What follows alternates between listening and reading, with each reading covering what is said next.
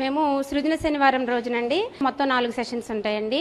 మనం పాడుకుందాము, నెక్స్ట్ వచ్చి వాళ్ళతో మాట్లాడడం, అంటే పిల్లలకి వాళ్ళ వ్యక్తీకరణ, భావ వ్యక్తీకరణ, వాళ్ళ యొక్క లోపల ఉన్నటువంటి సృజనాత్మకతని బయటికి తీసుకురావడానికి వాళ్ళతో మాట్లాడించడం, అలాగే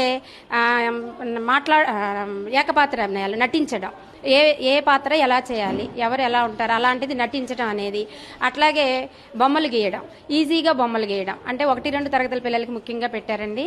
ఈజీగా అంటే వాళ్ళకు వచ్చిన అక్షరాలు యూజ్ చేసి వాళ్ళు ఇప్పుడు ఇండియా మ్యాప్ ఉందనుకోండి, 3 అలాగే వి అనే లెటర్, వీటిని ఉపయోగించి ఇండియా మ్యాప్ నేర్పించడం, అంటే వాళ్ళ యొక్క చిత్రలేఖన నైపుణ్యాన్ని పెంపొందించడం, మాట్లాడే నైపుణ్యాన్ని పెంపొందించడం, పాటలు పాడే నైపుణ్యాన్ని పెంపొందించడం, ఇలాంటి కార్యక్రమాలు పెట్టడం వల్ల పిల్లలు కూడా చాలా హుషారుగా ఉన్నారండి.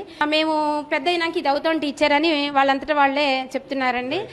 వాళ్ళల్లో ముందుగా వాళ్ళ భావాన్ని వ్యక్తపరచడానికి, సృజనాత్మక పెంపొందించుకోవడానికి, ఫ్యూచర్లో వాళ్ళ స్కిల్స్ డెవలప్ అవడానికి చాలా బాగా యూజ్ అవుతుంది అనేది నాకు అనిపించింది.